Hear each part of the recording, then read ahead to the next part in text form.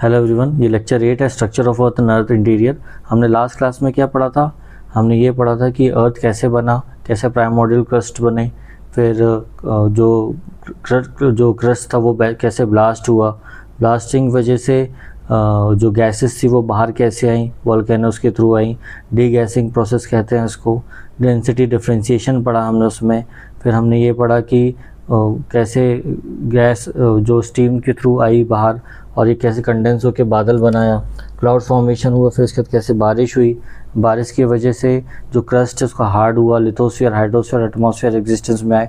हमने last class को एक क्वेश्चन के साथ एंड किया था कि इस क्लास में उसको कंटिन्यू करेंगे। हमको कैसे पता चलता है कि अर्थ जो है वो लेयर्ड है, वो लेयर्ड मतलब लेयर है, उसमें कैसे पता चलता है? हमने इसको ड्रिल किया अर्थ को, तो वो पॉसिबल नहीं था उससे फाइंड आउट करना है कि अर्थ लेयर्ड है कि नहीं है। ठीक है, इसको हमने कैसे पॉसिबल किया, जैसे पता लगाया कि अर्थ लेयर्ड है, इसको हमने सिस्मिक जो वेव्स हैं उसके थ्रू हमने पता लगाया कि अर्थ कैसा है। सिस्मिक वेव हम आज पढ़ेंगे, सिस्मिक वेव क्या होता है। सिस्मिक वेव, इसको हम क्या करते हैं, अर्थक्वेक वेव भी कहते हैं, अर्थक्वेक वेव भी कहते हैं। ठीक है,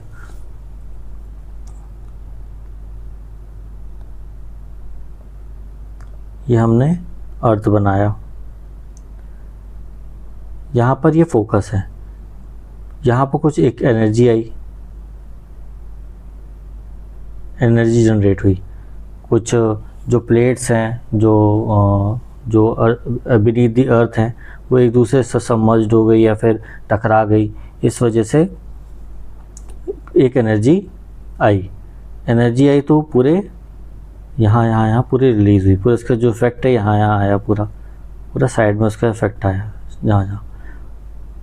जहाँ से एनर्जी आई है, जहाँ से एनर्जी जनरेट हुई है उसको क्या कहते हैं? फोकस, उसको कहते हैं फोकस। ठीक है, इसको क्या कहते हैं? सिस्मिक वेव, इसको कहते हैं सिस्मिक वेव। जो वेव जनरेट हुई फोकस से उसको सिस्मिक वेव कहते हैं, राइट। और जो शॉर्टेस्ट डिस्टेंस है, जो शॉर्टेस्ट पार्ट है, उसको बोलते हैं एपिसेंटर।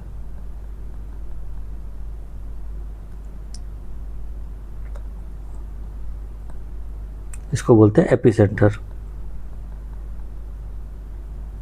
अभी जैसे फिलीपींस में अर्थक्वेक आया तो उसका फोकस कहाँ था? फिलीपींस में ही था, फिलीपींस के नीचे था, तभी जाके वहाँ पर 7.8 मैग्नीट्यूड का अर्थक्वेक आया। वहाँ पर सुनामी भी आई क्योंकि अर्थक्वेक का ज़्यादा इफेक्ट वहीं पर था।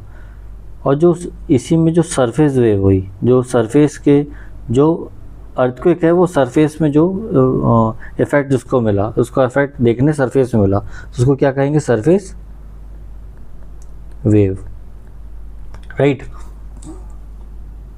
तो सिस्मिक वेव किसको कहेंगे हम? बॉडी वेव हो गई एक, बॉडी वेव, इसको बॉडी वेव कहते हैं। जो इंटीरियर ऑफ द अर्थ में है, जो वेव अर्थ के इंटीरियर में महसूस होती है उसको बॉडी वेव कहते हैं। जो आती है बॉडी मतलब इंटीरियर ऑफ द अर्थ में आती है उसको बॉडी वेव कहते हैं, राइट। Body wave. और एक होता है सरफेस वेव। ठीक है, ये इंटीरियर, ये इनसाइड द अर्थ, ये अर्थ के इनसाइड होती है, राइट। जो बॉडी वेव है ना, जो बॉडी वेव है इसको हम कैसे मेज़र करते हैं? अर्थक्वेक को कैसे मेज़र करते हैं? किस डिवाइस से? सिस्मोग्राफ।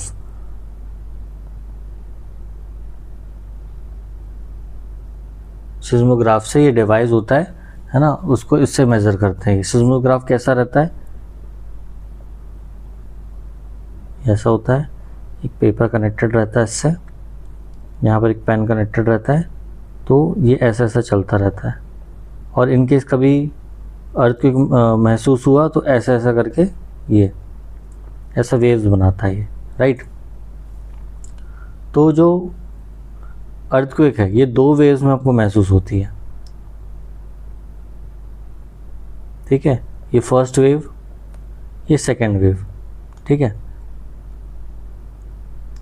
यहाँ बता के दिखाता हूँ, ये मान लो अर्थक्वेक आया तो यहाँ भी एक वेव मिलेगी, वो जो शॉर्ट वेव होती है, इसको बोलते हैं सेकेंड वेव, इसको बोलते हैं एस वेव। सेकेंड वेव मतलब एस वेव, ठीक है। तो ये फर्स्ट वेव कौन सी हो गई, ये पी वेव हो गई। ये फर्स्ट वेव कौन सी हो गई, ये पी वेव हो गई। ये फास्ट होती है। एस वेव सेकेंड वेव, ये स्लो होती है। ये कुछ बेसिक्स थे अर्थक्वेक के। हम अर्थक्वेक को बिल्कुल डिटेल में पढ़ेंगे आगे की क्लास में। मैं इसलिए अर्थक्वेक अभी थोड़ा सा हल्का क्विक भी दिया मैंने, क्योंकि अभी हमको ये पढ़ना है कि अर्थ जो इंटीरियर है वो लेयर्ड कैसे है, कैसे हमको पता चला कि वो लेयर्ड है, राइट। तो ये सिस्मिक वेव है। सिस्मिक वेव में हमने क्या देखा कि जो प्राइमरी वेव होती है और एक सेकेंडरी वेव होती है ना। तो प्राइमरी वेव ये है, प्राइमरी वेव ये है ना, प्राइमरी वेव ये है, ठीक है। ये कंप्रेशन एंड रिफ्रैक्शन चलती है, कंप्रेशन और रिफ्रैक्शन, ये रिफ्रैक्शन, कंप्रेशन एंड रिफ्रैक्शन, ये कंप्रेशन और रिफ्रैक्शन में चलती है। ये कंप्रेस होती है और रिफ्रैक्ट होती है, ठीक है, रिफ्रैक्शन में चलती है। इसको लॉन्गिट्यूडनल वेव भी कहते हैं, है ना। और ये जो सेकेंडरी वेव होती है ये ऐसे चलती है, ये इसको ट्रांसवर्सल वेव भी कहते हैं, ट्रांसवर्सल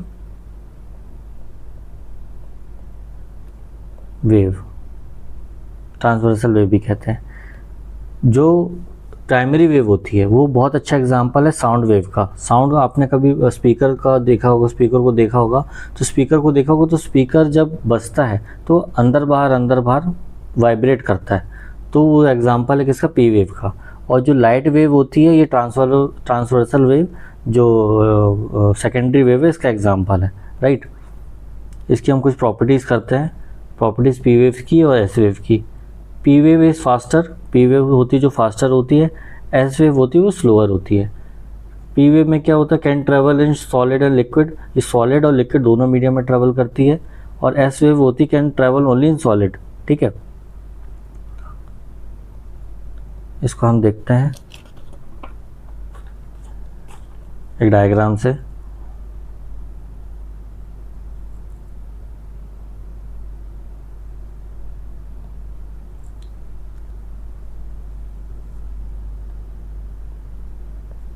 ये फोकस, अर्थ को कहाँ से जनरेट हुआ, अंदर से फोकस। हमने एक पॉइंट बनाया यहाँ पर S1 सिस्मिक 1, ठीक है। अर्थक्वेक आया तो यहाँ भी आया, अर्थक्वेक यहाँ भी महसूस हुआ S2 में भी, ठीक है। अर्थक्वेक कहाँ महसूस हुआ, earthquake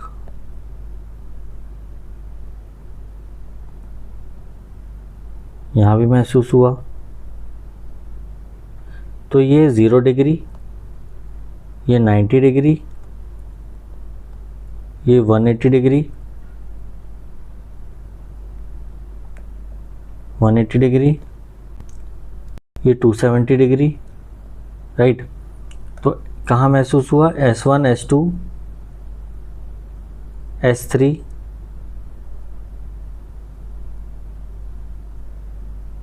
S4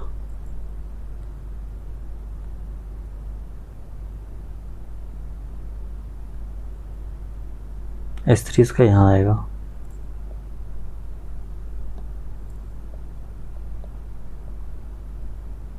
S3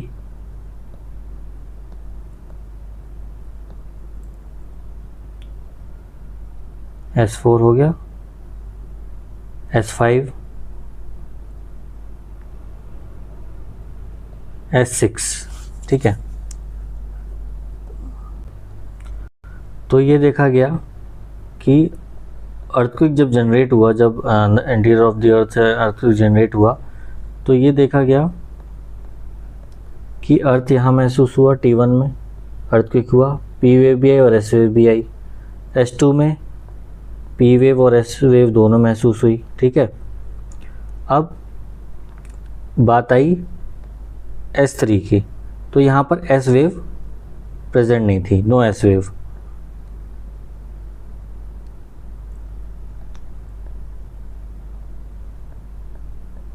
no S wave, right. यहाँ पर पी वेव महसूस हुई, यहाँ पर पूछा गया तो यहाँ पर भी एस वेव नहीं प्रेजेंट थी, नो एस वेव। यहाँ पर पी वेव और एस वेव आई। तो ये माना गया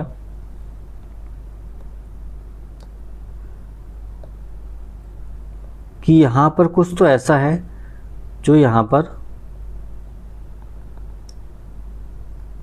105 डिग्री से लेके ये वाला 105 डिग्री, राइट। यहाँ पर कुछ ऐसा है कि यहाँ पर एस वेव ट्रैवल ही नहीं कर रही है, ये एस वेव नहीं है, ये एस वेव शैडो जोन है, ठीक है। कि जैसे कि हमने क्या अभी लास्ट इसमें पढ़ा था कि S wave can travel only in solid, तो पक्का यहाँ कुछ ना कुछ ऐसा लिक्विड होगा कि इस वजह से कि एस वेव यहाँ पर ट्रैवल नहीं कर रही है। तो यहाँ पर मे बी यहाँ पर जो कोर है, इसका कोर है, ठीक है। कोर पक्का एविडेंस मिला कि कोर इज लिक्विड, इस वजह से यहाँ पर एस वेव ट्रैवल नहीं कर रही। तो ये एस वेव शैडो जोन है ना। जो एस वेव है यहाँ पर रीच ही नहीं कर रही, जो एस वेव है यहाँ पर रीच ही नहीं कर रही है इस वाले एरिया में, ठीक है। तो वो इसलिए नहीं कर रही क्योंकि यहाँ पर लिक्विड होगा, है ना। एस वेव किस में ट्रैवल करती है, सॉलिड में ट्रैवल करती है, तो यहाँ पक्का लिक्विड होगा, इस वजह से यहाँ पर ट्रैवल नहीं कर रही है।